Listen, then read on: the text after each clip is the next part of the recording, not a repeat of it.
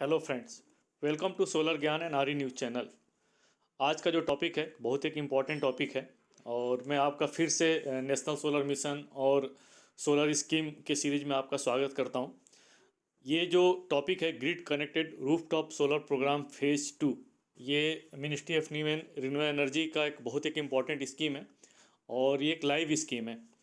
इससे पहले जस्ट जो अगर आप लोगों ने मेरा वीडियो देखा होगा, वीडियो 12 जो था grid connected rooftop solar programme phase 1, तो वो भी रूफटॉप स्कीम पे था, जो कि अभी लाइव स्कीम नहीं है। और अभी लाइव स्कीम आपका ये फेज 2 प्रोग्राम है जो आज इसके ऊपर वीडियो है।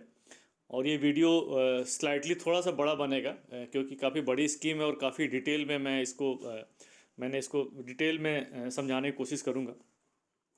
तो इस वीडियो को स्टार्ट करने से पहले जस्ट मैं एक अपडेट कर देता हूँ कि इससे पहले मैंने कितने वीडियोज बना रखे हैं सेंट्रल सोलर स्कीम्स के ऊपर। जो मेरा फर्स्ट वीडियो था वो नेशनल सोलर मिशन के ऊपर था। जो वीडियो 2 था वो basically solar schemes, national solar mission के अंतर्गत जितनी भी सारी स्कीम्स लॉन्च की गई हैं उसके ऊपर था। उसमें जस्ट मैंने ब्रीफ बताया हुआ है ऑल सोलर स्कीम्स के बारे में। फिर वीडियो 3 से मेरा सोलर स्पेसिफिक स्कीम्स स्टार्ट हो जाता है। तो जो वीडियो 3, वीडियो 4 एंड वीडियो 5 जो था सोलर पार्क स्कीम के ऊपर था और ये भी एक बहुत एक इंपॉर्टेंट स्कीम है और लाइव स्कीम है। वीडियो 6 जो था 300 मेगावाट डिफेंस स्कीम के ऊपर था, जो अब लाइव स्कीम नहीं है। वीडियो 7 जो था 100 megawatt canal bank and canal top scheme था, ये भी एक बहुत इंपॉर्टेंट स्कीम था, ये भी लाइव स्कीम नहीं है। और वीडियो 8 जो था 3000 megawatt bundling scheme by NTPC, ये भी लाइव स्कीम नहीं है। और वीडियो 9 जो था बेसिकली 2 पार्ट में मैंने बनाया हुआ है, जो कि वाइबिलिटी गैप फंडिंग स्कीम। इसमें 3 स्कीम्स थी, 750 megawatt, 2000 megawatt BJP scheme and 5000 megawatt BJP scheme. काफ़ी बड़ा वीडियो बन जाता, इसलिए मैंने इसको 2 पार्ट में बनाया है, वीडियो 9 है और 9B। वीडियो 10 जो था basically 1000 megawatt CPSU scheme phase 1। और वीडियो 11 जो था 12,000 मेगावाट सीपीएसयू स्कीम फेज 2। ये भी एक लाइव स्कीम है, वीडियो 11 जो है, जिसको सीपीएसयू स्कीम फेज 2 के ऊपर जो मैंने बनाया हुआ है और काफ़ी इंपॉर्टेंट स्कीम है आज की डेट में। वीडियो 12 जो है grid connected rooftop solar programme phase 1, इससे जस्ट पहले वाला जो वीडियो है ये रूफटॉप स्कीम फेज 1 के ऊपर था। और आज का जो वीडियो जो है रूफटॉप स्कीम फेज 2, जो कि लाइव स्कीम है और बहुत एक इम्पॉर्टेंट स्कीम है। तो इसका बैकग्राउंड समझ लेते हैं इस स्कीम का। तो ये जो स्कीम थी बेसिकली फरवरी 2019 में लॉन्च किया गया था, अप्रूव्ड ऑन 19 फरवरी 2019। और अगर आप फेज़ 1 और फेज़ 2 से तुलना करते हैं तो इसमें आप देखेंगे जो फेज़ 2 जो स्कीम है, ये रूफटॉप स्कीम जो फेज़ 2 है, इसको डिस्कॉम इम्प्लीमेंट कर रहा है। ये आगे और डिटेल में समझने की कोशिश करेंगे क्या है। और डिस्कॉम इम्प्लीमेंट करने के पीछे की रीजन क्या है, इसमें दिया कि discoms are having a direct contact with end user and they provide approval for installation, manage the distribution network and also have billing interface with rooftop owner. Actually language तो ये लिखा हुआ है, लेकिन अगर इसके आप डेप्थ में जाएंगे तो रूफटॉप स्कीम को इम्प्लीमेंट करने में सबसे हिंड्रेंस जो आ रही थी, एक्चुअली रिटर्न में तो नहीं है, लेकिन आप बहुत सारे न्यूज़ आर्टिकल और बहुत सारे डेवलपर्स का अगर आप इंटरव्यू और आर्टिकल्स देखेंगे तो उसमें यही निकल के आ रहा था कि डिस्कॉम सबसे ज़्यादा हिंड्रेंस क्रिएट कर रहा था। अल्टीमेटली रूफटॉप जो सोलर प्रोजेक्ट्स लगता है तो अल्टीमेटली आपको डिस्कॉम से अप्रूवल लेना पड़ता है, नेट मीटरिंग या ग्रॉस मीटरिंग के अंतर्गत जो भी है, कनेक्टिविटी के लिए अप्रूवल लेना पड़ता है, बिलिंग जो है डिस्कॉम के थ्रू ही होता है। तो कहीं ना कहीं डिस्कॉम को ऐसा लगता था कि जो अच्छे कंज्यूमर हैं, जो हाई पेइंग कंज्यूमर हैं, जो टाइमली पेमेंट करते हैं, वो रूफ टॉप में जा रहे हैं, और ये जो अच्छे कंज्यूमर हैं ये रूफ टॉप की वजह से उनकी जो इनकम है कम होती जा रही है। तो डिस्कॉम इसको बहुत प्रमोट नहीं करता था। तो गवर्नमेंट ऑफ इंडिया मिनिस्ट्री ने ये ऐसा सोचा कि क्यों ना जो सबसे इंपॉर्टेंट जो इसमें कड़ी है रूफ टॉप स्कीम को इम्प्लीमेंट करने में वो डिस्कॉम है, तो डिस्कॉम को ही इम्प्लीमेंटिंग एजेंसी बना दिया जाता है। इसलिए इस फेज़ 2 में डिस्कॉम को ही इम्प्लीमेंटिंग एजेंसी बनाया गया है। अब इसमें जो रीजन क्या था, जो अगर फेज 1 में क्या प्रॉब्लम्स आ रही थी, मतलब क्या हिंड्रेंसेस थे जिसकी वजह से जो फेज़ 2 में इस चीज़ को दूर किया गया है, तो आप इसमें देख कुछ 4-5 चीज़ें इसमें जो हाईलाइट की गई हैं इस स्कीम में। Consumers had to approach multiple agencies for RTS plant install. आप उसमें अगर देखेंगे फेज 1 स्कीम में से पहले वाला, अगर आप मेरा वीडियो देखेंगे फेज 1 के ऊपर जो है, तो उसमें देखेंगे मल्टीपल एजेंसीज थी, चैनल पार्टनर्स थे, solar energy corporation of India था, स्टेट नोडल एजेंसीज थे, फाइनेंशियल इंटीग्रेटर्स थे, और भी बहुत सारी गवर्नमेंट एजेंसीज थी। बहुत सारी एजेंसीज थी जो इस रूफटॉप स्कीम जो फेज 1 में था उसको इम्प्लीमेंट कर रही थी। तो एक मल्टीपल एजेंसीज था, कंज्यूमर को एक कन्फ्यूजन होता था कि मैं किसके पास किसको अप्रोच करूं, क्योंकि एक ही रीजन में बहुत सारे एजेंसीज हैं तो एक कन्फ्यूजन तो रहेगा ही रहेगा। तो उस चीज़ को इसमें दूर किया है कि नहीं, अब इसमें मल्टीपल एजेंसी ना होकर के इस स्कीम में डिस्कॉम ही रहेगा, आप सीधे आपको डिस्कॉम को ही अप्रोच करना है। मल्टीपल टेंडर्स ऑब्वियसली अगर इस स्कीम जो फेज वन में भी था और इस स्कीम में भी है, क्योंकि जो बेंचमार्क कॉस्ट है जो सब्सिडी दी जाती है तो या तो बेंचमार्क कॉस्ट के ऊपर दी जाती है या तो टेंडर्स के थ्रू जो कॉस्ट निकल के आती है उसके बेसिस पे दिया जाता था आपको सब्सिडी। तो इसलिए सब्सिडी के लिए टेंडरिंग एक मस्ट था, कॉम्पिटिटिव बिडिंग के प्रोसेस के थ्रू जो रेट निकल के आता था उसके बेसिस पे ही सब्सिडी दी जाती थी। तो टेंडर वाला प्रोसेस तो करना ही था, तो चूँकि मल्टीपल एजेंसीज थे तो मल्टीपल टेंडर्स भी थे। मल्टीपल टेंडर की वजह से भी बहुत सारी चीज़ें मतलब डिले हो रहा था। Involvement of multiple stakeholder, obviously जो मैंने अभी बताया कि स्टेट नोडल फेज वन में था, आपको स्टेट नोडल एजेंसीज भी इंप्लीमेंट कर रहे थे स्कीम को, डिस्कॉम भी इंप्लीमेंट कर रहा था, पब्लिक सेक्टर अंडरटेकिंग अप्रोच कर रहे थे, डेवलपर्स जो थे जो चैनल पार्टनर्स के थ्रू थे वो सब भी थे, बहुत सारे मल्टीपल एजेंसीज थे। Lack of uniform regulation, mandatory notification for rooftop solar, ये बेसिकली हम ऐसा नहीं बोल सकते हैं कि फेज वन की वजह से प्रॉब्लम थी, बट चूंकि फेज वन 2014 में लॉन्च किया गया था तो उस समय रूफ टॉप को लेकर बहुत सारे स्टेट्स में रूफ टॉप नेट मीटरिंग का रेगुलेशंस नहीं था, या स्टेट्स ने रूफ टॉप के ऊपर कुछ पॉलिसीज़ नहीं निकाली थी। लेकिन अब ये जो स्कीम जो 2009 जो 2019 में जब लॉन्च किया गया था, तब तक मैक्सिमम स्टेट्स या ऑल स्टेट्स बोल सकते हैं कि हर स्टेट्स में कहीं ना कहीं नेट मीटरिंग का रेगुलेशन है या स्टेट्स की पॉलिसीज है रूफ टॉप को लेकर के। तो ये काफ़ी कुछ चीज़ें जो थी गवर्नमेंट ऑफ इंडिया जो मिनिस्ट्री ऑफ रिन्यूएबल एनर्जी ने काफ़ी स्टेट से मतलब अप्रोच किया और एक यूनिफॉर्मिटी लेकर के आए, तो वो सब उस साइड पर जो डिफिशियंसीज थी या चीज़ें नहीं थी तो काफ़ी कुछ इसमें दूर हो गई इस स्कीम को लॉन्च करते करते।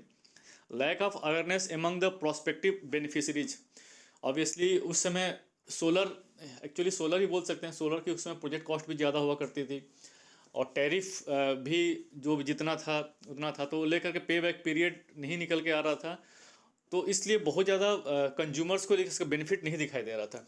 अब आज के डेट में क्या है कि रूफ टॉप की जो प्रोजेक्ट कॉस्ट है वो भी काफ़ी कम हो गया है और टैरिफ भी ज़्यादा है, तो पे बैक पीरियड निकल जाता है, उससे काफ़ी ज़्यादा एडवांटेजेस भी लोगों को लगते हैं। तो ये अवेयरनेस अब काफ़ी बढ़ गई है टाइम बीइंग के हिसाब से।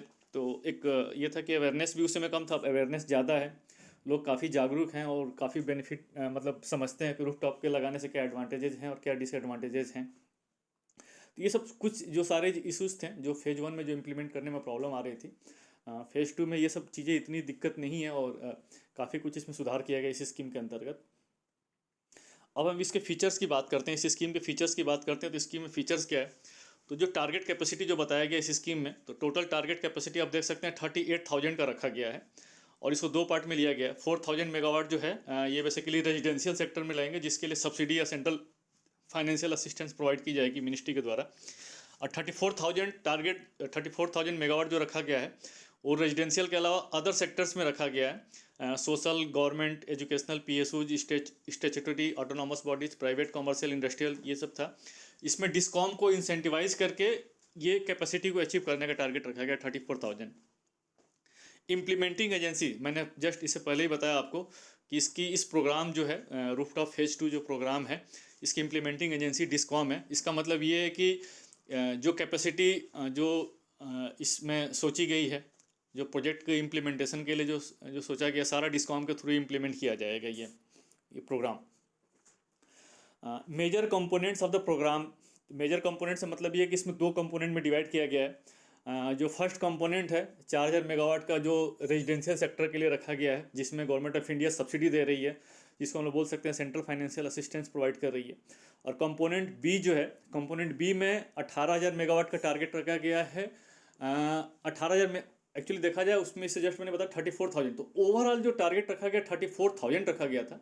लेकिन जो इंसेंटिव दिया जाएगा जिस कैपेसिटी के इक्विवेलेंट, वो कैपेसिटी जो है इसमें 18,000 रखा गया। तो 18,000 मेगावाट का इक्विवेलेंट डिस्कॉम को सब्सिडी प्रोवाइड की जाएगी। कुछ अगर सर्टेन इसमें जो पैरामीटर है अगर वो अचीव कर लेता है डिस्कॉम, कैपेसिटी अगर वो अचीव कर लेता है तो उसमें उसको इंसेंटिव प्रोवाइड किया जाएगा। तो बेसिकली दो कंपोनेंट है, कंपोनेंट ए और कंपोनेंट बी। कंपोनेंट ए में सीधे रेजिडेंशियल सेक्टर को सब्सिडी प्रोवाइड की जाएगी डिस्कॉम के थ्रू, और कंपोनेंट बी में डिस्कॉम को ही सब्सिडी प्रोवाइड की जाएगी अगर वो कुछ कैपेसिटी अगर ऐड करता है तो सर्टेन लेवल के द्वारा। एक इसमें अब और स्कीम में एक बहुत ही इंपॉर्टेंट रखा गया है कंपोनेंट, वो है DCR component, domestic content requirement. इसका मतलब क्या है कि जो 4000 मेगावाट के इक्विवेलेंट जो सब्सिडी दी जा रही है, गवर्नमेंट ऑफ इंडिया जो सब्सिडी प्रोवाइड कर रही है, उसके लिए मैंडेटरी है कि सोलर सेल और मॉड्यूल जो होना चाहिए, जो पैनल है, जो पैनल मेड इन इंडिया होना चाहिए। और एक बहुत ही इंपॉर्टेंट ये कंपोनेंट है। इसके थ्रू क्या है कि गवर्नमेंट ऑफ इंडिया जो है जो डोमेस्टिक सोलर मैन्युफैक्चरिंग है, इनको प्रमोट करने का प्रपोजल रखा गया है। जो डीसीआर कंटेंट है, जो 4000 मेगावाट जो है उसके ऊपर ही केवल अप्लीकेबल है। जो डिस्कॉम को इंसेंटिव जा रहा है 18000 मेगावाट के इक्विवेलेंट, उस पर ही अप्लीकेबल नहीं है। टोटल इस स्कीम के अंतर्गत कितनी सब्सिडी रखी गई है, सेंट्रल फाइनेंशियल असिस्टेंस जो है गवर्नमेंट कितना सब्सिडी प्रोवाइड करेगी, सेंट्रल फाइनेंशियल असिस्टेंस कितना प्रोवाइड करेगी, तो टोटल इसमें 11,814 करोड़ का बजट है।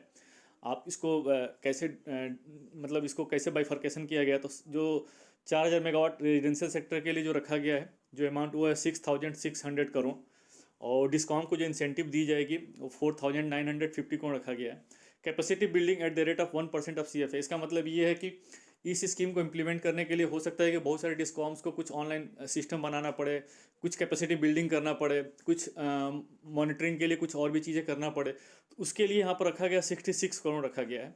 और सर्विस चार्ज जो जैसे जो इम्प्लीमेंटिंग एजेंसी है डिस्कॉम, वो इस स्कीम को इम्प्लीमेंट करेगा, इसके लिए उसका सर्विस चार्ज जो उसको जो दिया जाएगा वो 3% ऑफ द CFA, जो कि 198 करोड़ के आसपास बनता है। तो टोटल मिला लिया जाता है तो टोटल 11,814 करोड़, 11,814 करोड़ जो है सेंट्रल फाइनेंशियल असिस्टेंट, ये बजट बोल सकते हैं, इस स्कीम में इतना रखा हुआ है। और जो सेंट्रल फाइनेंशियल असिस्टेंस इसमें क्लियर लिखा है कि CFA is given as a percentage of benchmark cost और cost discovered through the competing bidding process which ever is lower. Ministry जो है MNRE जो हर साल बेंचमार्क कॉस्ट डिसाइड करती है, वो एक रेफरेंस लेवल है। उसके अलावा फिर एक्चुअल कॉस्ट जो टेंडर के थ्रू जो निकल के आता है, तो बेंचमार्क कॉस्ट या टेंडर कॉस्ट जो भी कम होगा उसका कुछ परसेंटेज जो भी रखा गया इसमें सब्सिडी का, उतना वो दिया जाएगा, आपको CFA प्रोवाइड किया जाएगा। अब इसमें CFA जो पैटर्न जो कंपोनेंट ए है बेसिकली, जो 4000 मेगावाट रेजिडेंशियल सेक्टर में जो करना है, जिसमें सब्सिडी का प्रोविजन रखा गया है कंपोनेंट ए में, तो उसमें CFA का पैटर्न क्या है, तो इसमें मैं इसको थोड़ा सा बता देता हूँ ऐसा कि इसमें दो टाइप के रेजिडेंशियल सेक्टर को रखा गया है। एक तो नॉर्मल जो एज ए कंज्यूमर जो है, एज ए रेजिडेंशियल अगर मुझे अपने घर पे लगाना है, तो उसके लिए जो कैपेसिटी रखी गई है कि 10 किलोवाट तक के लिए आपको सब्सिडी दी जाएगी। उसमें 10 किलोवाट से ऊपर ज़्यादा सिस्टम लगाना सकता है, कोई इंडिविजुअल हाउस है और अपने छत पर लगाना चाहता है 15 किलोवाट तक का, तो आप 15 किलोवाट तक का सिस्टम लगा सकते हैं, लेकिन सब्सिडी जो 10 किलोवाट का इक्विवेलेंट जो होगा वही दी जाएगी। तो इसमें लिमिट है 10 किलोवाट तक रेजिडेंशियल सेक्टर में। इसके अलावा जो ग्रुप हाउसिंग सोसाइटीज़ हैं या रेजिडेंशियल वेलफेयर एसोसिएशन है, मतलब वो अगर कुछ कॉमन फैसिलिटीज़ के लिए रूफटॉप सिस्टम लगाना चाहते हैं, तो 500 किलोवाट तक के लिए उसमें आप लगा सकते हैं, सब्सिडी का प्रोविजन रखा गया है। और उसमें जो सब्सिडी दी जाएगी उसके लिए 20% ऑफ द बेंचमार्क कॉस्ट या टेंडर कॉस्ट जो भी कम होगा उसके लिए दिया जाएगा। जो रेजिडेंशियल सेक्टर के लिए जो रखा गया 10 किलोवाट तक, उसको दो पार्ट में डिवाइड किया गया है। उसमें 3 किलोवाट सिस्टम तक के लिए 40% ऑफ द बेंचमार्क कॉस्ट या टेंडर कॉस्ट जो भी कम होगा वो दिया जाएगा, और 3 किलोवाट से 10 किलोवाट सिस्टम के लिए 20% ऑफ द बेंचमार्क कॉस्ट या टेंडर कॉस्ट जो भी कम होगा वो दिया जाएगा। इसको और आगे डिटेल में बताएंगे क्या निकल के आता है और कैसे आएगा। तो आप देख सकते हैं residential sector maximum up to 3 kilowatt के लिए 40% ऑफ द बेंचमार्क कॉस्ट या टेंडर कॉस्ट जो भी कम होगा वो दिया जाएगा।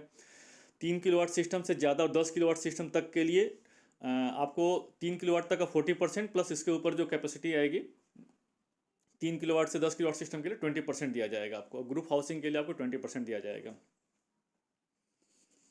अब इसको देखिए कैसे है। मैंने बताया ना कि जो भी सब्सिडी प्रोवाइड की जाएगी या तो बेंचमार्क कॉस्ट या जो टेंडर के थ्रू जो कॉस्ट निकल के आती है उसका उस पर दिया जाएगा। तो मान लीजिए इसमें एक एग्जांपल लिया गया है कि बेंचमार्क कॉस्ट मान लीजिए 2019-20 में जो मिनिस्ट्री ने फिक्स किया था 54 रुपीज़ पर वाट पीक फिक्स किया हुआ है, और टेंडर के थ्रू अगर कॉस्ट निकल के आती है वो है 50 रुपीज़ पर वाट पीक। तो मिनिमम दोनों में कौन हुआ 54 रुपीज़ और 50 रुपीज़ में, तो मिनिमम आपका 50 रुपीज़ पर वाट पीक निकल के आया। तो अब जो दिया जाएगा सब्सिडी दी जाएगी, सेंट्रल फाइनेंशियल असिस्टेंस जो सब्सिडी दी जाएगी वो 50 रुपीज़ पर वाट पीक पर दिया जाएगा।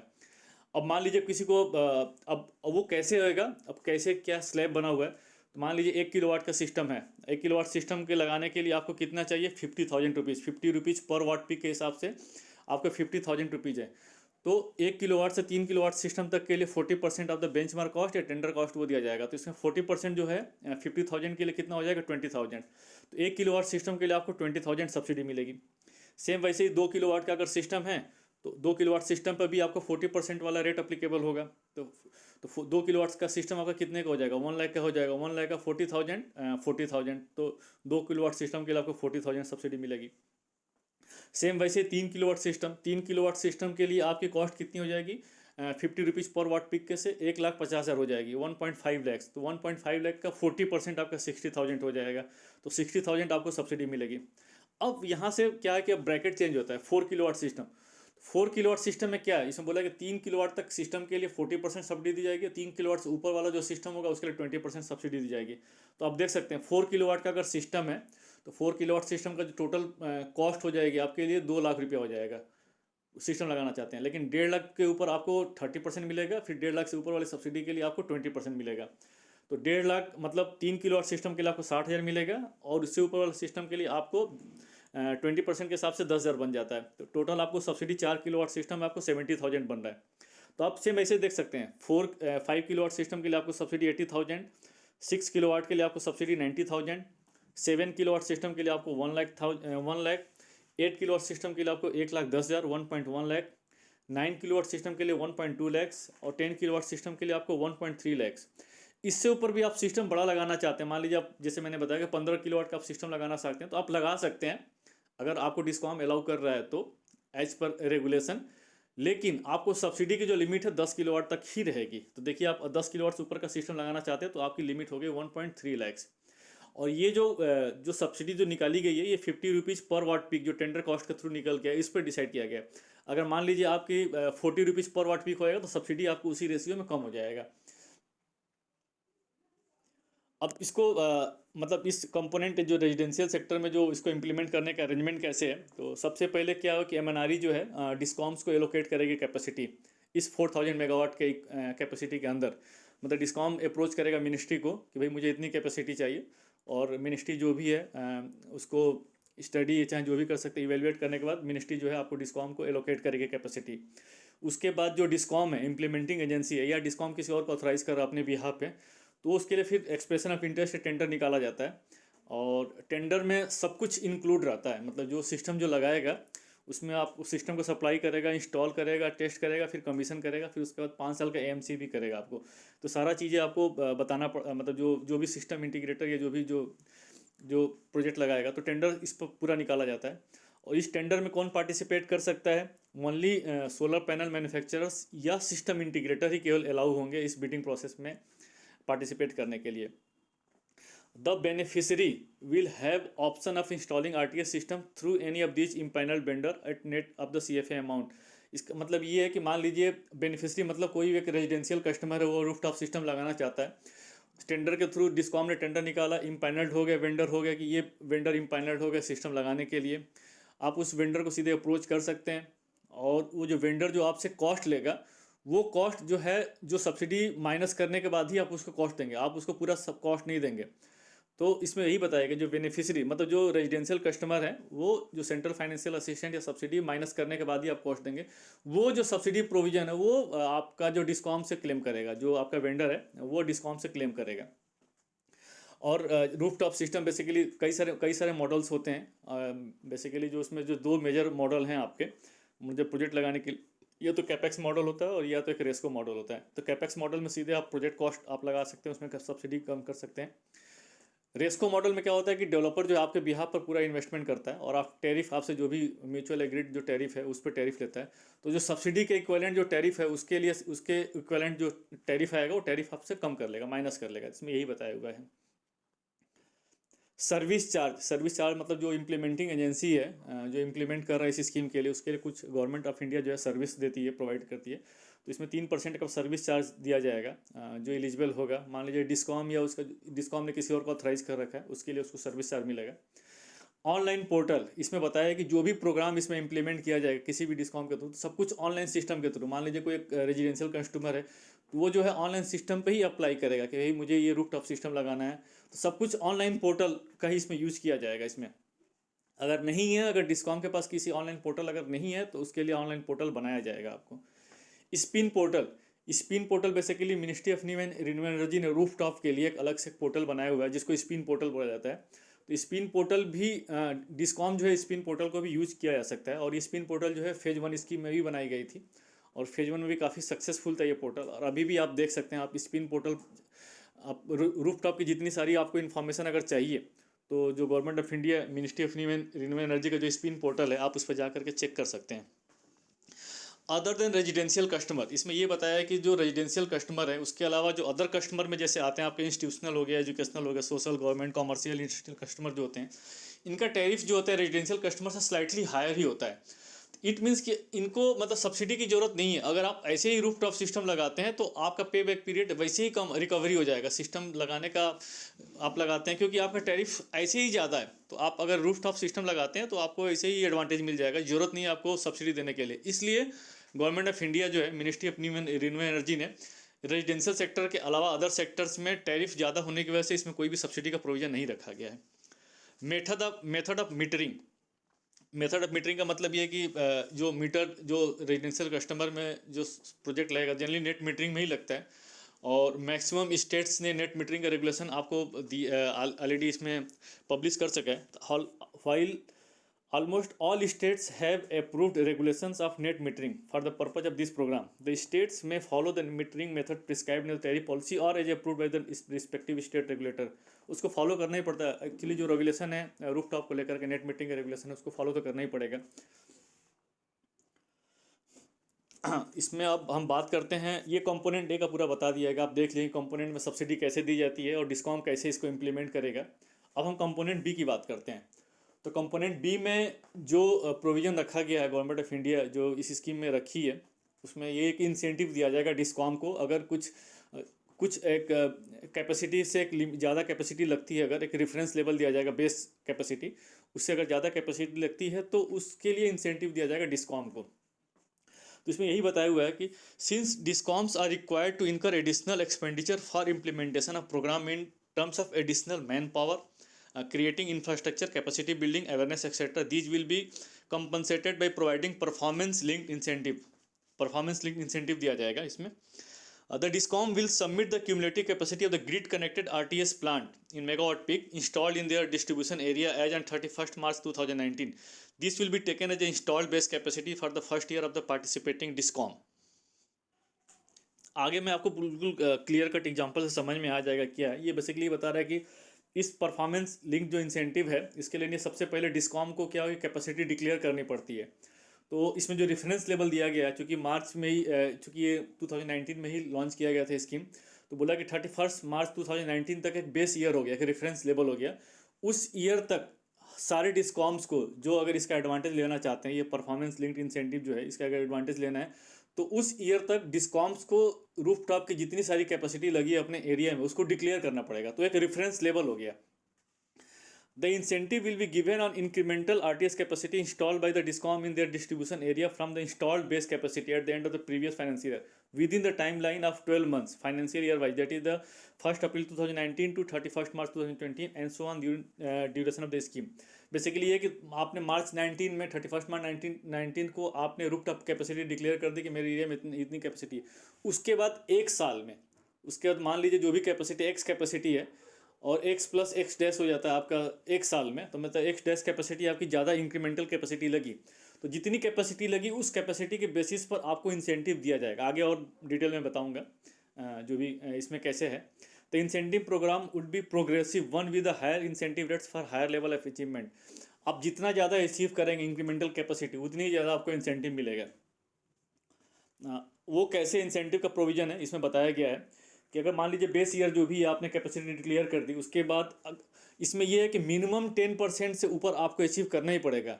मान लीजिए आपकी कैपेसिटी 100 मेगावाट है और आप अगले साल आप 105 मेगावाट ही लगाते हैं, मतलब 5 मेगावाट ही केवल बढ़ी, जो कि केवल 5% होता है, तो आपको इंसेंटिव नहीं मिलेगा। तो इसमें ये जो बेस जो रखा गया मिनिमम आपको 10% से आपको अचीव करना ही पड़ेगा। 10% से ऊपर आप अचीव करेंगे तो उसके लिए आपको इंसेंटिव के लिए एलिजिबल होंगे। तो इसको भी इसमें दो पार्ट में डिवाइड किया गया है।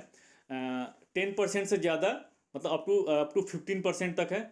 अगर वो वाला जो ब्रैकेट है उस केस में आपको 5% ऑफ द एप्लीकेबल कॉस्ट, जो भी जो रूफ टॉप का जो कॉस्ट है, जो बेंचमार्क कॉस्ट है टेंडर कॉस्ट के थ्रू डिसाइड होता है, उसका 5% आपको मिलेगा। और उससे ऊपर फिर आप अचीव करते हैं 10% से ज़्यादा अचीव करते हैं तो आपको फिर 10% ऑफ द एप्लीकेबल कॉस्ट हो जाएगा। आगे और डिटेल में आप समझेंगे, इसमें जस्ट एग्जांपल के थ्रू और बताया हुआ क्लियरली कि वो कैसे है। आप इसमें ये भी दिया कि जो इंस्टॉल कैपेसिटी जो रूफटॉप की सारी कैपेसिटी मिला करके है। ऐसा नहीं है कोई भी किसी भी सेक्टर में लगा हुआ हो, चाहे वो रेजिडेंशियल में लगा हो, इंस्टीट्यूशन में लगा हो, social, government, PSU, statutory, autonomous body, private, commercial, industrial sector, जो भी जिस सेक्टर में भी सारे मतलब रूफटॉप कैपेसिटी मिला करके डिस्कॉम जो है वो डिक्लेयर करेगा। और जो बेंचमार्क कॉस्ट या जो टेंडर कॉस्ट की बात की गई है, तो इसमें ये बोला है कि जो मिड रेंज आरटीएस कैपेसिटी है 10 किलोवाट से जो 100 किलोवाट तक के सिस्टम के लिए जो बेंचमार्क कॉस्ट डिसाइड किया गया है, या जो टेंडर कॉस्ट के थ्रू जो कॉस्ट निकल के आएगी, इसको रेफरेंस लेवल दिया जाएगा इंसेंटिव देने के लिए डिस्कॉम्स को। अब देखिए इसमें एग्जांपल से समझाया हुआ है कि कैसे इंसेंटिव एप्लीकेबल होगा। मान लीजिए कोई एक डिस्कॉम ए है और उसका जो बेस ईयर है मान लीजिए मार्च 2019 तक उसकी कैपेसिटी 100 मेगावाट है, और नेक्स्ट ईयर एक साल के अंदर वो 10 मेगावाट और लगा लेता है कैपेसिटी। तो इसका मतलब क्या है कि 10% वो ज़्यादा लगाता है। लेकिन इसमें इस स्कीम में इंसेंटिव के लिए क्या बोला है कि आपको 10% से ज़्यादा अचीव करना पड़ेगा। इट मीन्स कि आपको इसमें इंसेंटिव कितना मिलेगा, नील मिलेगा। कैसे? क्योंकि आपने 10% तक ही कैपेसिटी आपने अचीव की है, जो आपकी जो नेक्स्ट इंक्रीमेंटल कैपेसिटी केवल 10% के रेंज के अंदर ही है।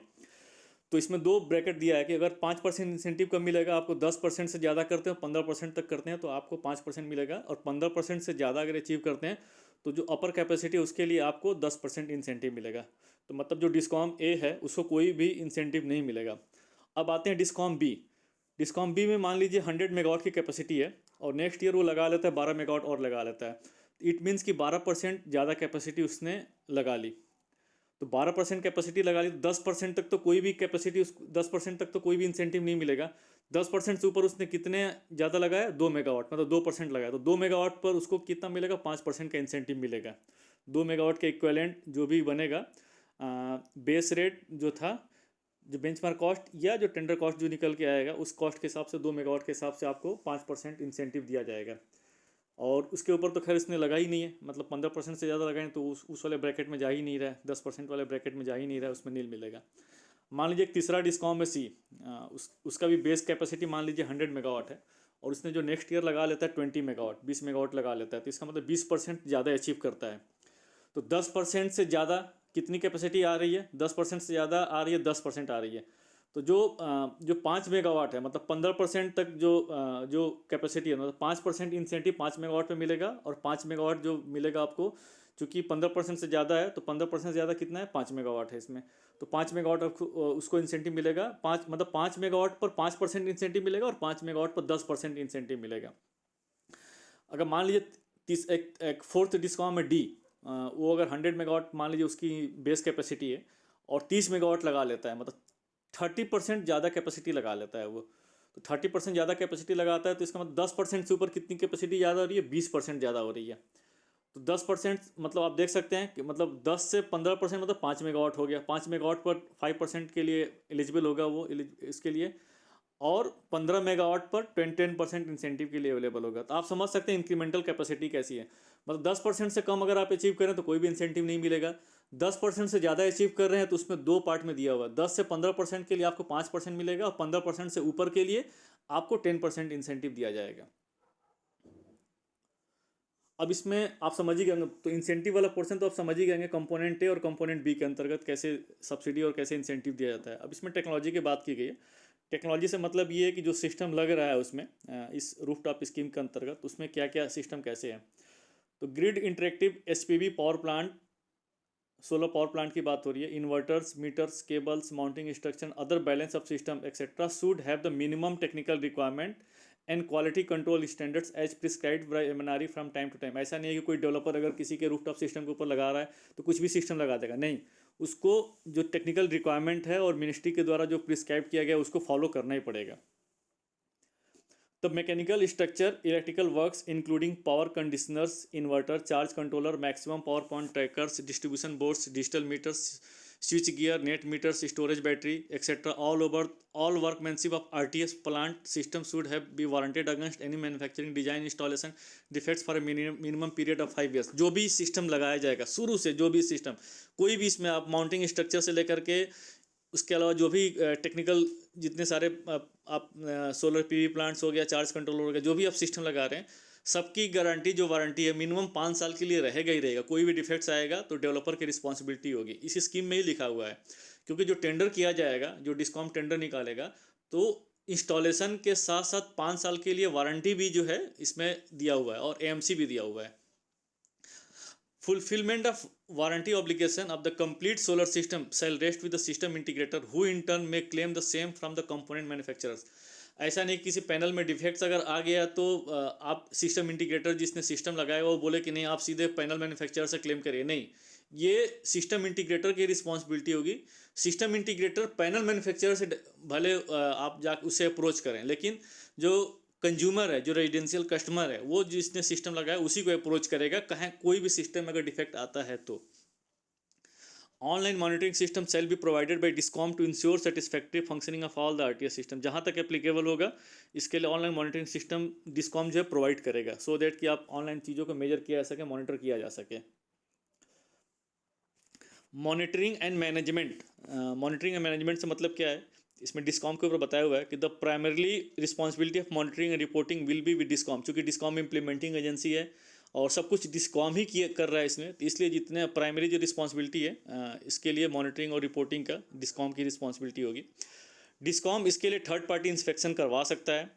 और एमएनआरई मिनिस्ट्री भी जहाँ पर रूफ टॉप सिस्टम लगा है सब्सिडी पोर्शन में, तो मिनिस्ट्री भी जो है उसको वेरीफाई कर सकती है, फिजिकल सैंपल ले सकती है, वो भी किसी से चेक करवा सकती है। The ministry has developed the spin portal for uploading all details of RTS projects. Ministry ने स्पिन पोर्टल किया है, तो स्पिन पोर्टल पर सारी चीज़ें आपको डिटेल्स बतानी पड़ेंगी। All details of projects like install capacity, geographical location, latitude longitude, name and contact details of developer, project cost etcetera shall be uploaded by discom on this portal. Discom जितना भी सारा projects लग रहा है इस subsidy के अंतर्गत, सारी इन्फॉर्मेशन जो है इस पिन पोर्टल पर डिस्कॉम अपलोड करेगा। Ministry has also initiated process of geo tagging of this projects with assistance of ISRO. Implementing agency have to submit progress report from time to MNRE through SPIN. Role of discom, इस scheme में discom का क्या role होगा इसमें clearly define किया गया है, और डिस्कॉम कैसे लेगा तो इसमें बताते हैं कैसे कैसे है। सबसे पहले जो डिस्कॉम करेगा, create a RTS cell at each division level. जो डिस्कॉम है हर डिवीजन लेवल पर एक रूफ टॉप सिस्टम के लिए एक सेल क्रिएट किया जाएगा, और उस सेल का जो नोडल ऑफिसर होगा वो सब डिविजनल ऑफिसर एसडीओ जो होता है उसके लिए nodal officer by default depute किया जाएगा। उसके लिए develop dedicated online portal for grid connected RTS system. Roof top system को इम्प्लीमेंट करने के लिए डिस्कॉम जो है आरटीएस ऑनलाइन पोर्टल डेवलप करेगा। नहीं है, अगर है तो अच्छी बात है, नहीं है तो उसको डेवलप किया जाएगा, और इस पोर्टल को स्पिन पोर्टल से भी इंटीग्रेट किया जाएगा। जो भी आप इन्फॉर्मेशन आप इस ऑनलाइन पोर्टल पर करेंगे तो स्पिन पोर्टल पर भी अपने आप अपलोड होना चाहिए। Impanelment of agencies for design, supply, installation, testing and commissioning of RTS system in residential premises lying under their jurisdiction by floating of expression of interest। इस रूफटॉप सिस्टम को लगाने के लिए जो डिस्कॉम है वो उसके लिए टेंडर निकालेगा, या जिसे इसमें बोला गया एक्सप्रेशन ऑफ इंटरेस्ट निकालेगा। इसमें वेंडर्स को इम्पैनल करेगा और वेंडर जो है आगे प्रोजेक्ट्स लगाएंगे। Notified time bound procedure for implementation of the programme, इसके लिए पूरा प्रॉपर क्लियरली नोटिफाई किया जाएगा कि आप कैसे टाइम लिमिट है, मतलब फ्रॉम इनिशियल टू इंस्टॉलेशन तक आप कैसे कैसे क्या बाइफर्केशन हो सकता है उसमें बताया हुआ है। आगे और देखेंगे डिटेल में, इसमें नेक्स्ट में है। Notify cost of metering arrangement, related connectivity components and other charges in ensure availability of appropriate meter. चूँकि नेट मीटर में अगर प्रोजेक्ट्स लगता है तो आपको नेट मीटर अवेलेबल कराना पड़ेगा और बताना पड़ेगा आपको इसके लिए, और कनेक्टिविटी कैसे हो सकती है, क्या कॉस्ट हो सकती है, तो सारी चीज़ें क्लियरली आपको डिस्कॉम को पहले ही बताना पड़ेगा। और इसमें यह भी बताया गया कि 500 kVA सिस्टम तक इंस्टॉल करने के लिए CEIG चीफ इलेक्ट्रिकल इंस्पेक्टर जो है, जो कि पहले मैंडेटरी था सिस्टम लगाने के लिए कि चीफ इलेक्ट्रिकल इंस्पेक्टर से सर्टिफिकेट लेना पड़ता था, तो इसमें वो प्रोविज़न हटा दिया गया है। Undertake capacity building programme for discom officers to RTS project on regular basis. जो भी डिस्कॉम के जो ऑफिसर्स होंगे जो रूफटॉप सिस्टम ले रहे हैं उनको कैपेसिटी बिल्डिंग या उनको training proper time to time दिया जाएगा। Undertake consumer awareness campaign through print and electronic media, develop guidebook, handbook. Discom जो है इसको एडवर्टाइज करेगा रूफटॉप सिस्टम को लगाने के लिए, और इसके लिए जो भी प्रिंट मीडिया का यूज़ करना पड़े या इलेक्ट्रॉनिक मीडिया यूज़ करना पड़े डिस्कॉम इसको पब्लिसाइज करेगा। इसके लिए प्रॉपर गाइड बुक या हैंड बुक भी डिस्कॉम जो है रूफटॉप सिस्टम कैसे लगाया जाएगा पूरा प्रोसीजर के थ्रू इसको डिस्कॉम बताएगा। Inclusion of appropriate metering settlement in ERP system and billing software. Discom जो अपने बिलिंग सॉफ्टवेयर में चेंजेस करेगा, कोई रूफटॉप सिस्टम लगा रहा है तो बिलिंग वैसे ही जनरेट करके आए, नेट बिलिंग वाली प्रोसेस को लेकर के। और मेरा आप अगर वीडियो देखे होंगे, एक मैंने एक बनाया था रूफटॉप सिस्टम पर भी, मैंने एक सीरीज़ बनाई है जिसमें कि नेट मीटरिंग और नेट बिलिंग और ग्रॉस मीटरिंग के बारे में बताया। तो उसमें मैंने बिलिंग का भी बताया कि बिलिंग कैसे निकल के आता है। तो वो बेसिकली मैंने BSES का एग्जांपल दिया हुआ है, जो कि दिल्ली में बहुत पहले से ही चीज़ें ये इम्प्लीमेंट हो गई, लेकिन बहुत सारे डिस्कॉम्स में अभी इम्प्लीमेंट नहीं हुआ है। तो डिस्कॉम इस चीज़ को इम्प्लीमेंट करेगा और मीटरिंग अरेंजमेंट जो भी बिलिंग सॉफ्टवेयर है उसको उसी तरीके से चेंज करेगा। Develop time bound grievances redressal mechanism. अगर किसी को कोई ग्रीवेंसेस है तो उसको टाइम बाउंड मैनर में उसको रिजॉल्व किया जाएगा। इसके लिए डिस्कॉम जो है ग्रीवेंसेस रिड्रेसल मैकेनिज्म डेवलप करेगा। Submit the cumulative RTS capacity to MNRE. Ministry को है जो क्यूमुलेटिव आरटीएस कैपेसिटी अगर लग जाती है टोटल ईयर वाइज, तो इसको इन्फॉर्म करेगा, बताएगा। Discom will take utmost care so that there is minimum loss of solar power due to grid failure. Discom इस चीज़ को इंश्योर करेगा कि ग्रिड फेल्योर कम से कम हो, और हो रहा है तो कम से कम रूफटॉप सिस्टम को इसकी वजह से जो है जो जनरेशन है मिनिमम लॉस हो। The project commissioning timeline for residential sector shall be 15 months from the date of sanction from MNRE. अगर एमएनआरई जो डिस्कॉम को अगर सैंक्शन करती है तो 15 महीने के अंदर जो प्रोजेक्ट लग जाने चाहिए। For this the implementing agency में specify a cut off date after which no project would be allocated so as to allow sufficient time for completion of already allocated projects. जो इम्प्लीमेंटिंग एजेंसी है अगर projects को implement करे तो cut off date clearly define करेगी, इस time के अंतर्गत प्रोजेक्ट लग जाना चाहिए। Benchmark cost prevailing at the time of commissioning of the project shall be applicable for calculation of CFA। Benchmark cost prevailing at the time of commissioning of the project shall be applicable for calculation of CFA। मान लीजिए benchmark cost है ये, जैसे कि 2019 में scheme लाई गई थी, हो सकता है कि 2021 में जाकर के ये प्रोजेक्ट्स लगे, तो 2021 में टेंडर निकाला जाएगा, उस समय जो रेट होगा उस समय जो बेंचमार्क कॉस्ट होगा उस हिसाब से दिया जाएगा। ऐसा नहीं कि 2018-19 में बेंचमार्क कॉस्ट जो डिसाइड किया जाएगा उस पर एप्लीकेबल होगा। तो जो भी प्रोजेक्ट टेंडर किया जाएगा, प्रोजेक्ट लगेगा, उस समय जो बेंचमार्क कॉस्ट या जो टेंडर कॉस्ट जो निकल के आएगा सेंट्रल फाइनेंशियल असिस्टेंस या सब्सिडी के लिए, उससे वो कैलकुलेट किया जाएगा। The implementing agency shall inform MNRE regarding capacity commission within 45 days of completion of the project timeline. 45 days के अंदर जो प्रोजेक्ट लग जाता है उसके लिए एमएनआरई को इन्फॉर्म करना पड़ेगा। After 45 days deduction of service charge would be applicable, delayed by more than 90 days no service charge would be provided for the set project. Basically जो इसमें इम्प्लीमेंटिंग एजेंसी उसको सर्विस चार्ज दिया जा रहा है। मैंने बताया कि 3% of the CFA subsidy portion जो है सर्विस चार्ज दिया जा रहा है। तो सर्विस चार्ज इसीलिए दिया जा रहा है कि आप टाइमली हर चीज़ को अपडेट करें, प्रोजेक्ट लग जाए फिर उसको आप सिस्टम पर एमएनआरई को आप अपडेट कर सकें, बता सकें। तो अगर आप टाइमली रिपोर्टिंग नहीं करते हैं, नहीं बताते हैं, तो आपको सर्विस चार्ज नहीं दिया जाएगा या कम कर दिया जाएगा। अब इसमें यह बताया कि empanel vendor for installation of RTS। इसका मतलब ये है कि अगर डिस्कॉम ने टेंडर निकाला, टेंडर निकालने के बाद वेंडर्स जो है इम्पैनल्ड हो गए, तो फिर उसके बाद वेंडर्स की क्या रिस्पॉन्सिबिलिटी है उसको इस स्कीम में बताया हुआ है क्लियरली। सबसे पहले आप देख सकते हैं कि install RTS plus with in the time frame decided by the discom. जो डिस्कॉम ने टेंडर निकाला है उस टेंडर में जो टाइमलाइन जो दिया हुआ है प्रोजेक्ट लगाने के लिए, उस टाइमलाइन के अंदर जो है उसको इंस्टॉल करना पड़ेगा। Only DCR panels are allowed for CFA claim. जो सब्सिडी दी जा रही है 4000 मेगावाट के इक्विवेलेंट जो सब्सिडी दी जा रही है, उसके अंतर्गत जो प्रोजेक्ट्स लगेंगे उसमें DCR मॉड्यूल्स ही होना चाहिए। DCR मॉड्यूल्स में ये भी मैंडेटरी है कि सोलर सेल और मॉड्यूल जो पैनल है वो दोनों मेड इन इंडिया होना चाहिए। अगर वो DCR मॉड्यूल्स नहीं है, अगर वो सर्टिफिकेट प्रोड्यूस नहीं कर पा रहा है, तो उस केस में सब्सिडी नहीं दी जाएगी। इस चीज़ को बिल्कुल क्लियरली बताया हुआ है। Vendor shall establish a service centre in each district. जो भी वेंडर जो है हर डिस्ट्रिक्ट में अपना सर्विस सेंटर एक ओपन करेगा, सो दैट कि कंज्यूमर को कुछ प्रॉब्लम ना हो, कंज्यूमर डायरेक्टली सर्विस सेंटर को अप्रोच कर सके। और दिया है कि अगर मान लीजिए अगर कुछ इकोनॉमिकल वाइबल नहीं है हर इंडिविजुअल वेंडर्स के लिए, तो बहुत सारे वेंडर्स मिल करके एक सर्विस सेंटर खोल सकते हैं। There contact details will be made available on the website of the discom. ये जो कॉन्टैक्ट डिटेल है डिस्कॉम के वेबसाइट पर इसको बताना पड़ेगा। These service center have to provide service to the RTS owners within the timeline decided by the DISCOM free of cost for 5 years of the commissioning of the RTS। इसमें बताया कि 5 साल तक जो है एनुअल मेंटेनेंस कॉन्ट्रैक्ट भी करना पड़ेगा, जितनी वारंटी गारंटी जो भी जो क्लॉज है उसको फॉलो करना पड़ेगा। ये जो सर्विस सेंटर है ये सारी चीज़ें इस चीज़ को मैनेज करेंगे ये service centre. Non performing under performing PV panel will be replaced free of cost in the warranty period. अगर 5 साल के अंदर कुछ भी अगर प्रॉब्लम आती है तो उसमें उसको रिप्लेस करना पड़ेगा। और अगर मान लीजिए कंप्लायंस नहीं कर रहे हैं सर्विस स्टैंडर्ड्स का, तो गवर्नमेंट ऑफ इंडिया जो है इस चीज़ को आपको इन जो भी है इस चीज़ के लिए ब्लैकलिस्ट भी कर सकती है अगर आप इस चीज़ को फॉलो नहीं कर और आप फ्यूचर टेंडर में पार्टिसिपेट नहीं कर सकते हैं। बिजनेस मॉडल, रूफटॉप सिस्टम लगाने के लिए बहुत सारे मॉडल्स हैं उसमें, तो इसी चीज़ को इसमें बताया हुआ है कि बिजनेस मॉडल क्या क्या हो सकता है। जैसा कि मैंने बताया कि कैपेक्स मॉडल होता है, उसमें क्या है कि अगर कोई कंज्यूमर है या रूफटॉप ओनर है, अगर सिस्टम लगाना सकता है तो पूरा इन्वेस्टमेंट वो कर सकता है, इसको कैपेक्स मॉडल बोलते हैं। रेस्को मॉडल में ये होता है कि अगर आप इन्वेस्टमेंट नहीं करना चाहते हैं तो एक थर्ड पार्टी जो है आपके रूफ पर पूरा सिस्टम लगाएगी और आप और उसके बीच में एक म्यूचुअल एग्रीमेंट हो जाएगा, और जो भी टैरिफ डिसाइड होगा उस टैरिफ के थ्रू आप लेंगे। तो एक तरह से सिस्टम ओनर, मतलब सिस्टम ओनर तो बोल सकते हैं कि वो वेंडर ही रहेगा, लेकिन इसको रेस्को मॉडल बोलते हैं। और जो भी नेट मीटरिंग जिस अरेंजमेंट में लगेगा, फिर डिस्कॉम को जो भी आप जैसे भी जाएगा वो अलग मॉडल हो सकता है। रेंट रूफ लीज मॉडल, इसका मतलब ये होता है कि आप अपना छत किसी को लीज पर दे दीजिए, और लीज के लिए जो चार्जेस होगा, जो रेंट होगा, आप उसे ले लीजिए, और सिस्टम कोई भी लगा सकता है, एक थर्ड पार्टी लगा करके उस चीज़ से क्लेम करे, या डिस्कॉम लगा सकता है इसको। तो रेंट रूफ लीज मॉडल बोलते हैं। कम्युनिटी मॉडल मान लीजिए बहुत सारे लोग मिल करके एक जगह लगा लीजिए, मान लीजिए अगर 10 लोग मिल करके एक जगह पूरा प्रोजेक्ट लगा लीजिए और सारे लोग उससे ले रहे हैं, तो इसे कम्युनिटी मॉडल बोलते हैं।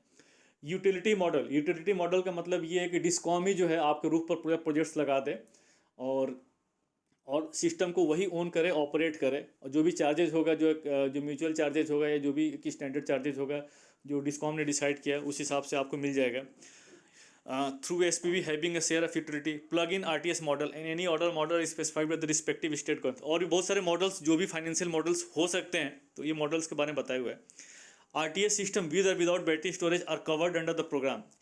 इस RTS सिस्टम में आप बैटरी स्टोरेज भी लगा सकते हैं, लेकिन सब्सिडी जो उसके लिए एप्लीकेबल नहीं होगा। जो बैटरी अगर आप स्टोरेज लगा रहे हैं तो इसमें सब्सिडी उसके लिए नहीं दी जाएगी, लेकिन आप इस सिस्टम में बैटरी स्टोरेज भी लगा सकते हैं। इसमें यही बताया कि हाइब्रिड सिस्टम भी लगा सकते हैं। हाइब्रिड सिस्टम का मतलब ये है कि सोलर रूफटॉप PV या विंड ये हाइब्रिड हो गया, मतलब सोलर PV के साथ साथ आप विंड भी लगा सकते हैं। सोलर रूफटॉप के साथ साथ सोलर थर्मल प्लांट भी लगा सकते हैं। सोलर रूफटॉप के साथ साथ बायोमास भी लगा सकते हैं, हाइब्रिड मॉडल भी कर सकते हैं। और also covered for which the capacity of the PV module installed on the rooftop for building within the campus will be considered as the CFA incentive calculation. मतलब रूफटॉप के साथ साथ, rooftop solar PV के साथ साथ आप wind या biomass या सोलर थर्मल आप लगा सकते हैं, लेकिन जो रूफटॉप सोलर PV सिस्टम है उसी के इक्विवेलेंट जो सिस्टम आप लगाएंगे उसी के लिए सब्सिडी आपको मिलेगी, सब पूरे सिस्टम के लिए नहीं मिलेगा। This will not be applicable for cases wherein the developer implementing agency has availed the CFA for solar modules from the other component, example wind, biomass। अगर आप कुछ ऐसा आप सिस्टम लगाएं, कुछ ऐसा प्रोग्राम लगाएं जिसमें आप हाइब्रिड मॉडल लगा सकते हैं और उसके लिए पूरी सब्सिडी मिलती है, तो उस केस में आपको नहीं मिलेगा, क्योंकि पूरा कंपोजिट प्रोग्राम है। मान लीजिए विंड और बायोमास लगाएं और आपने उसमें सब्सिडी ले रखा है, तो उस केस में आपको इसमें सब्सिडी नहीं मिलेगा। Expectation from the state government, इस स्कीम में स्टेट गवर्नमेंट से कुछ एक्सपेक्टेशन है कि मतलब ये स्कीम अगर स्टेट गवर्नमेंट क्या रोल, कैसे इस चीज़ को इम्प्लीमेंट कर सकती है, क्या कर सकती है। तो RTS कैपेसिटी भी permitted up to 100% of the connected load.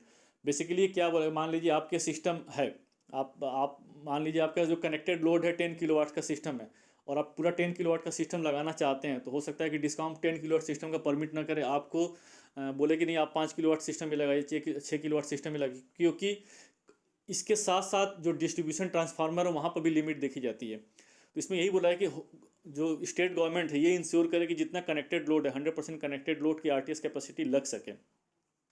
Distribution transformer capacity भी increase to the avoid denial of permission for setting of RTS on this ground. For example, जैसे मैंने बताया ना कि मान लीजिए आपके यहाँ 10 किलोवाट का कनेक्टेड लोड है और 10 किलोवाट का रूफटॉप सिस्टम लगाना चाहते हैं, तो डिस्कॉम बोलेगा नहीं आप 10 किलोवाट का नहीं लगा सकते हैं, 5 किलोवाट का, क्योंकि जो डिस्ट्रीब्यूशन ट्रांसफार्मर की कैपेसिटी वहाँ पर लिमिट है। हाँ, इससे ज़्यादा हम कैपेसिटी नहीं। तो इसमें यही बोला गया कि जो स्टेट गवर्नमेंट इस चीज़ को इंश्योर करे कि जो डिस्ट्रीब्यूशन ट्रांसफार्मर उसको स्ट्रेंथन किया जाए, ये बड़ी कैपेसिटी लगाया जाए, ये चेंजेस किया जाए, सो दैट कि जो रूफ टॉप कैपेसिटी कोई लगाना चाहे तो उसको डिनाई न किया सके, और पूरा का पूरा कैपेसिटी कंज्यूमर अपने कनेक्टेड लोड के अकॉर्डिंगली लगा सके। Mandating installation of roof top solar projects on government building, a new residential building. उसमें यही बोला गया स्टेट डिस्काउंट को कि जो गवर्नमेंट बिल्डिंग है उसमें मैंडेटरी करे कि आप रूफ टॉप सिस्टम लगाइए, या कोई नया अगर रेजिडेंशियल सेक्टर में अगर घर बना तो उसमें रूल के हिसाब से ये मैंडेट कर दे कि कोई भी नई अगर घर बनता है, इंडिपेंडेंट हाउस अगर आता है, तो उसमें ये मैंडेटरी है कि आपको रूफ टॉप लगाना पड़े। Banking of solar power may be permitted for 12 months without any banking charges. एक नेट मीटरिंग में बहुत एक इम्पॉर्टेंट है बैंकिंग ऑफ सोलर पावर। अगर बैंकिंग नहीं होगा तो फिर कोई भी इसमें प्रोजेक्ट्स लगाएगा नहीं, तो बैंकिंग बहुत इंपॉर्टेंट है। और इसमें यह हुआ कि बैंकिंग जो है एनुअल बेसिस पे होना चाहिए, और एनुअल बेसिस पे होने से बहुत सारे एडवांटेज, क्योंकि बैंकिंग पूरा एक साल में देखा जाएगा कि आपने ग्रिड में कितनी इलेक्ट्रिसिटी दी और कितना कंपनसेट किया आपने। और अब मंथली बेसिस पर करेंगे तो एडवांटेजेस और भी कम हो जाएगा। और तो इसलिए बहुत सारे अब क्या हो रहा है कि स्टार्टिंग्स में नेट मीटरिंग के जब रेगुलेशंस आया तो बहुत सारे स्टेट्स ने बैंकिंग जो है एक साल के लिए किया था, लेकिन अब वो धीरे धीरे विड्रॉ कर रहे हैं, अब एक साल से हटा करके अब मंथली बेसिस पे किया ना, तो एक तरह से डिसएडवांटेज है। तो इसमें यही बोला गया है कि स्टेट्स गवर्नमेंट से यही रिक्वेस्ट किया है कि आप जो बैंकिंग जो प्रोविज़न है, जो चार्जेज हैं, वो 12 महीने मतलब एनुअल बेसिस पर करें। Monitoring of sanction RTS capacity and expedite commissioning of the allotted capacity, और जो भी कैपेसिटी सैंक्शन की गई है डिस्कॉम पर मॉनिटर करे और उसको एक्सपेडाइट करे लगाने में। Timely and correctly submission of project proposal and project commissioning report of release timely release of funds. चूँकि आप देखिए, अगर कोई जो डेवलपर जो प्रोजेक्ट्स लगा रहा है वो सब्सिडी आपसे क्लेम नहीं करेगा, वो सब्सिडी डिस्कॉम से क्लेम करेगा, और डिस्कॉम जो सब्सिडी है वो मिनिस्ट्री से क्लेम करेगी। तो इसलिए बोला कि आप टाइमली प्रपोजल मिनिस्ट्री को सबमिट करेंगे, सो दैट कि मिनिस्ट्री भी जो है टाइमली फंड्स को रिलीज कर सके, सो दैट कि डिस्कॉम फर्दर जो है डेवलपर जो सिस्टम इंटीग्रेटेड मैन्युफैक्चरर जो प्रोजेक्ट्स लगा रहे हैं वो उनको रिलीज कर सके। Operating procedure for the RTS, देखिए इसमें बताया, मैंने बताया ना कि इसमें एक टाइमलाइन दिया हुआ है, और इस स्कीम में टाइमलाइन बताया हुआ है कि क्या ऑपरेटिंग प्रोसीजर हो सकता है, किस टाइमलाइन में क्या होगा। तब देखिए इसमें कुछ बताया है।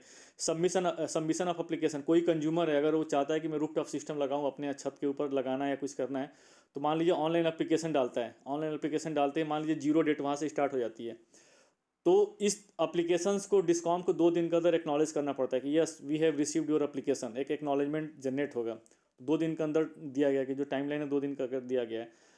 फिर इसमें जो नेक्स्ट जो है उसमें साइट वेरिफिकेशन का है, मतलब टेक्निकली फिजिबिलिटी है कि नहीं है, कितना रूफटॉप सिस्टम लग सकता है, कोई ग्रिड का कोई इशूज़ तो नहीं है, और भी कुछ इशूज़ तो नहीं है, तो उस बेसिस पर या तो आप अप्रूवल देंगे या तो टर्मिनेट करेंगे, मना करेंगे। तो ये जो है इसके लिए 15 दिन का टाइम दिया गया टेक्निकल फिजिबिलिटीज़ के लिए। In principle approval for CFA, ये डिस्कॉम की रिस्पॉन्सिबिलिटी है कि हाँ भाई सीएफए के लिए आप एलिजिबल हैं, ये 10 दिन के अंदर बताना पड़ेगा। एग्जीक्यूशन ऑफ मीटरिंग अरेंजमेंट, जो मीटरिंग अरेंजमेंट जो नेट मीटर में लगेगा या ग्रॉस मीटर जो भी लगेगा, ये डिस्कॉम और कंज्यूमर दोनों की रिस्पॉन्सिबिलिटी है, क्योंकि डिस्कॉम जो है नेट मीटर अवेलेबल करेगा, कंज्यूमर जो है उसके लिए पे करेगा जो चार्जेस हैं। तो ये 15 से 20 दिन का इसमें टाइमलाइन दिया हुआ है कि 15 से 20 दिन का टाइमलाइन है, आप इसके अंदर करना पड़ेगा।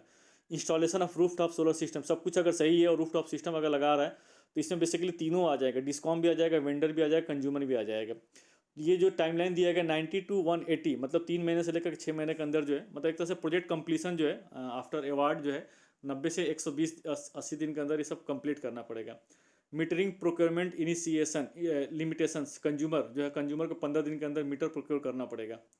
Submit work completion report certificate, इसमें कंज्यूमर और वेंडर, जो भी वेंडर प्रोजेक्ट्स जो लगा रहा है कंज्यूमर, दोनों की ज्वाइंट रिस्पॉन्सिबिलिटी है।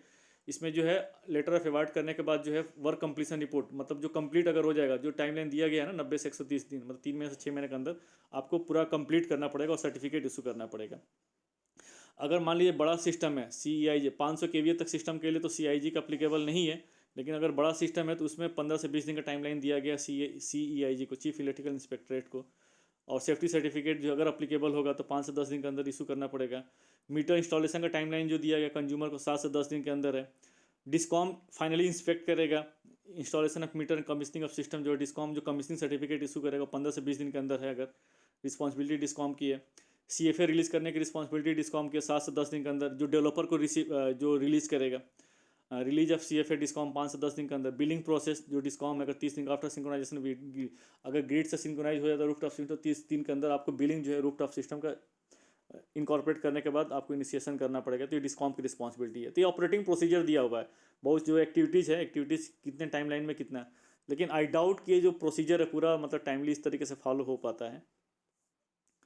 अब जस्ट मैंने एक रेफरेंस के लिए बताया ईयर वाइज बेंचमार्क कॉस्ट, तो 2017-18 में जब जो मिनिस्ट्री ने बेंचमार्क कॉस्ट निकाला था तो इसमें 3 पार्ट में था, 10 किलोवाट सिस्टम, 10 से 100 किलोवाट और 100 से 500 किलोवाट के लिए। तो जो बेंचमार्क कॉस्ट है अप टू 10 किलोवाट सिस्टम के लिए 70 रुपीज़ पर वाट पीक था, 10 से 100 के लिए 65 रुपीज़ पर वाट पीक था, और 100 से 500 किलोवाट पीक के लिए 60 रुपीज़ पर वाट पीक था। 2018-19 में फिर रिवाइज कर दिया गया बेंचमार्क कॉस्ट, सेम वैसे ही 10 किलोवाट सिस्टम के लिए 60 रुपीज़ पर वाट पीक था, 10 से 100 किलोवाट सिस्टम के लिए 55 रुपीज़ पर वाट पीक था, और 100 से 500 किलोवाट सिस्टम के लिए 53 रुपीज़ पर वाट पीक था। फिर 2019-20 में फिर रिवाइज कर दिया गया, और इसमें बेसिकली स्पेशल स्टेट्स और जनरल स्टेट्स 2 पार्ट में निकाला गया benchmark cost. Special category states वो वाले हैं जैसे नॉर्थ ईस्टर्न स्टेट्स हो गए, सिक्किम हो गया, हिली स्टेट्स हो गए, उत्तराखंड, जम्मू कश्मीर, हिमाचल प्रदेश, उसके बाद आइलैंड्स हो गए, अंडमान निकोबार, लक्षद्वीप। इनके लिए किस अलग से बेंचमार्क कॉस्ट निकाला गया। तो जो नॉर्मल स्टेट्स है, जनरल स्टेट्स हैं, उनके लिए 50, अगर वही है सेम 10 किलोवाट सिस्टम के लिए 54 रुपीज़ पर वाट पीक था, और स्पेशल स्टेट्स के लिए 59 रुपीज़ पर वाट पीक। 10 से 100 किलोवाट के लिए 48 रुपीज़ पर वाट पीक, और स्पेशल स्टेट्स के लिए 53 रुपीज़ पर वाट पीक। 100 से 500 किलोवाट सिस्टम के लिए 45 रुपीज़ पर वाट पीक, और स्पेशल स्टेट्स के लिए 50 रुपीज़ पर वाट पीक। आप देख सकते हैं कैसे जो कॉस्ट है बेसिकली एक रेफरेंस लेवल भी है कि कैसे कॉस्ट धीरे धीरे कम होती जा रही है रूफटॉप सिस्टम की। फिर उसके बाद 2020-21 में केवल अभी 3 कैटेगरी आ रही थी, अभी इसमें बहुत सारी कैटेगरी कर दिया गया। 8 किलो जो कैटेगरी डिवाइड किया गया, 1 किलोवाट, फिर 1 से 2 किलोवाट, फिर 2 से 3 किलोवाट, 3 से 10, 10 से 100, और 100 से 50। तो अगर 1 किलोवाट सिस्टम के लिए जनरल कैटेगरी स्टेट्स के लिए 47, और स्पेशल स्टेट्स के लिए 52 रुपीज़ पर वाट पीक। 1 से 2 किलोवाट सिस्टम के लिए जनरल कैटेगरी स्टेट्स के लिए 42 रुपीज़, और स्पेशल स्टेट्स के लिए 47 रुपीज़। 2 से 3 किलोवाट सिस्टम के लिए 42 रुपीज़, और स्पेशल स्टेट्स के लिए 46। 3 से 10 41, स्पेशल स्टेट्स 45। 10 से 100 किलोवाट 38, स्पेशल स्टेट्स 42, और 100 से 500 किलोवाट के लिए 36, और स्पेशल स्टेट्स के लिए 40 रुपीज़। जो इस सिस्टम की बात कर रहे हैं, इसमें सिस्टम में सब कुछ इंक्लूड है। आप देख सकते हैं solar PV modules, inverter, balance of system, mounting structure, earthing, lighting arrester, cost of meters, अगर नेट मीटर के अलावा कुछ मीटर्स लग रहा है तो, local connectivity cost, cost of civil works, foundations, और इसमें installation, commissioning, transportation, insurance, capital cost, online monitoring, operation, जितना सारा चार्ज है 5 ईयर्स का एमसी अप्लीकेबल चार्जेज जो भी होगा, सारा कॉस्ट इंक्लूड करने के बाद है। अब हम 21-22 की बात करते हैं। तो 21-22 में मिनिस्ट्री ने एक्चुअली बेंचमार्क कॉस्ट निकाला था इंक्लूडिंग टैक्सेस, इंक्लूडिंग जीएसटी। लेकिन जीएसटी जो है अभी अक्टूबर के बाद जो है रिवाइज कर दिया गया। पहले 5% जीएसटी अप्लीकेबल था, 5 से 12% कर दिया गया। तो रिवाइज करने के बाद जो बेंचमार्क कॉस्ट मिनिस्ट्री ने दोबारा रिवाइज कर दिया, और इसमें एक्सक्लूडिंग जीएसटी चार्जेस कर दिया। तो आप देख सकते हैं 2 पार्ट में है। आप विदाउट जीएसटी जो पहले चार्जेस था 1 किलोवाट सिस्टम के लिए 51,100 था, और इसमें अब किलोवाट पीक ना करके पूरा सिस्टम का कॉस्ट दे दिया इसमें। और विदाउट जीएसटी मतलब इसमें जीएसटी इंक्लूड नहीं है, रिवाइज करने के बाद 46,923। जो बेसिकली अगर आप पूरा कम्प्रहेंसिव होता है, इसमें जो सिस्टम लगता है इसमें पूरा कम्प्रहेंसिव होता है, इसमें मटेरियल प्लस सर्विस दोनों इंक्लूड होता है। इसका बाइफर्केशन बेसिकली कैसे होता है, कैसे चार्जेस लगते हैं, मैं आपको बता दूं कि अगर मान लीजिए 100 रुपीज़ का टोटल प्रोजेक्ट कॉस्ट है, जिसमें material cost plus installation cost सब कुछ इंक्लूड है, तो इसको 70-30 रेशियो में डिवाइड किया जाता है। 70 रुपीज़ जो होता है वो मटेरियल कॉस्ट होता है, और 30 रुपीज़ जो होता है वो सर्विस कॉस्ट होता है। तो 70 रुपीज़ पर आपका 12% लगेगा जीएसटी, और जो 30 रुपीज़ है उस पर आपको सर्विस चार्ज मतलब 18% के हिसाब से लगेगा। तो बेसिकली इस तरीके से लगता है। अगर सोलर सिस्टम में अगर पूरा प्रोजेक्ट कॉस्ट इंक्लूड है मटेरियल प्लस सर्विस, तो 70-30 का रेशियो किया जाता है। और आप देख सकते हैं इसमें इस टेबल के हिसाब से देख सकते हैं कि पहले जो इनिशियल जो बेंचमार्क कॉस्ट निकाला गया था इंक्लूडिंग जीएसटी, तो 1 किलोवाट सिस्टम का 51,100 था, और स्पेशल स्टेट्स के लिए 56,210 था। 1 से 2 किलोवाट सिस्टम के लिए 46,980 था, और स्पेशल स्टेट्स के लिए 51,670 था। 2 से 3 किलोवाट सिस्टम के लिए 45,760 था, और उसके बाद स्पेशल स्टेट्स के लिए 50,330 था। 3 से 10 किलोवाट सिस्टम के लिए 44,640 था, और स्पेशल स्टेट्स के लिए 49,100 था। 10 से 100 किलोवाट सिस्टम के लिए 41,640 था, और स्पेशल स्टेट्स के लिए 45,800 था। 100 से 500 किलोवाट सिस्टम के लिए 39,080 था, और स्पेशल स्टेट्स के लिए 42,980। उसके बाद ये फिर जो बेंचमार्क कॉस्ट है इसके मिनिस्ट्री ने रिवाइज कर दिया वाइड अमेंडेड ऑर्डर 27 अक्टूबर 2021, और विदाउट जीएसटी वाले रेट इसने दे दिया। अब बोला कि जो भी एज पर जो रेट है, जो एप्लीकेबल जो जीएसटी रेट होगा वो होगा। तो जो चेंजेस रिवाइज कर दिया, आप फिर दोबारा देख सकते हैं विदाउट जीएसटी वाले कॉलम में लिखा हुआ है जनरल कैटेगरी स्टेट्स और स्पेशल स्टेट्स के लिए। अब एक मैंने जस्ट एक दोनों, चूँकि इससे पहले वाला आपने वीडियो देखा होगा फेज़ 1, और हम फेज़ 2 की बात करें जब ये ऑन गोइंग स्कीम है, तो मेजर डिफरेंसेस क्या थे फेज़ 1 और फेज़ 2 में जब इम्प्लीमेंट किया गया, जब स्कीम लाई गई, तो डिफरेंसेस क्या थे। तो सबसे पहले इसमें 5-6 पॉइंट्स मैंने बताए हैं। एक कैपेसिटी की बात करते हैं। तो कैपेसिटी जो फेज़ 1 में था बेसिकली 2100 मेगावाट था विदाउट विद सीएफए, मतलब जो सब्सिडी पोर्शन था केवल 2100 मेगावाट के लिए था, और विदाउट सीएफए 2100 मेगावाट के लिए था। पता नहीं 2100 मेगावाट दोबारा क्यों दिया गया, क्योंकि आप अगर स्कीम देखेंगे तो 4200 मेगावाट की बात करता है। बट मुझे अभी तक ये समझ में नहीं आया कि हम केवल सब्सिडी पोर्शन 2100 मेगावाट दे रहे हैं और दूसरे पर हम कुछ दे भी नहीं रहे हैं, तो वो कैपेसिटी क्यों दी गई। तो खैर चलिए, जो भी स्कीम में लिखा गया उसकी बात करें। फेज़ टू में जो सब्सिडी का पोर्शन है दो कंपोनेंट में। जो कंपोनेंट ए है बेसिकली 4000 मेगावाट जो है विद CFA, जिसमें 40% तक सब्सिडी दी जाती है, और 18,000 मेगावाट जिसमें डिस्कॉम को इंसेंटिव दिया जाता है। इम्प्लीमेंटिंग एजेंसी, फेज वन में इम्प्लीमेंटिंग एजेंसी बहुत मल्टीपल एजेंसीज थे, स्टेट नोडल एजेंसीज से कि empanel channels, financial institutions, financial integrators, other government agencies. और फेज टू में केवल एक ही इम्प्लीमेंटिंग एजेंसी थी, वो है डिस्कॉम। एलिजिबिलिटी ऑफ CFA जो सब्सिडी का पोर्शन था 2100 मेगावाट के इक्विवेलेंट में, तो उसमें रेजिडेंशियल, इंस्टीट्यूशनल और सोशल सेक्टर सबके लिए एप्लीकेबल था। फेज़ टू में जो है जो कंपोनेंट ए है वो रेजिडेंशियल सेक्टर और ग्रुप हाउसिंग सोसाइटी के लिए एप्लीकेबल है, और उसके अलावा जो अदर है जो है वो डिस्कॉम को सीधे मिलता था as a incentive. Domestic content requirement DCR, phase one में जो DCR की जो कंडीशन थी केवल पैनल के ऊपर था कि panel should be made in India, cell site पे नहीं था। लेकिन फेज टू में बोल दिया कि नहीं, सोलर सेल और सोलर मॉड्यूल दोनों मेड इन इंडिया होना चाहिए, मतलब कंट्री के अंदर ही बना होना चाहिए। इंसेंटिव प्रोविजन फेज वन में भी था जो कि गवर्नमेंट और PSU सेक्टर को अप्लीकेबल था, और फेज टू में डिस्कॉम को अप्लीकेबल है। तो ये बेसिकली मेजर डिफरेंसेस है फेज वन और फेज टू में। होप दोस्तों मेरा आपको ये वीडियो अच्छा लगा होगा, और काफ़ी डिटेल में मैंने कोशिश की इसको मैं बता सकूं, और लाइव स्कीम है अभी जो अभी ऑनगोइंग स्कीम है, तो इसलिए काफ़ी डिटेल में मैंने बताने की कोशिश की है। तो होप मुझे आपको अगर ये अच्छा लगा होगा, और आपको अच्छा लगा होगा तो आप लोग लाइक करिए, सब्सक्राइब करिए, अपने दोस्तों को भी फॉरवर्ड करिए। फिर आपसे मिलते हैं नेक्स्ट वीडियो में, तब तक के लिए थैंक यू, जय हिंद।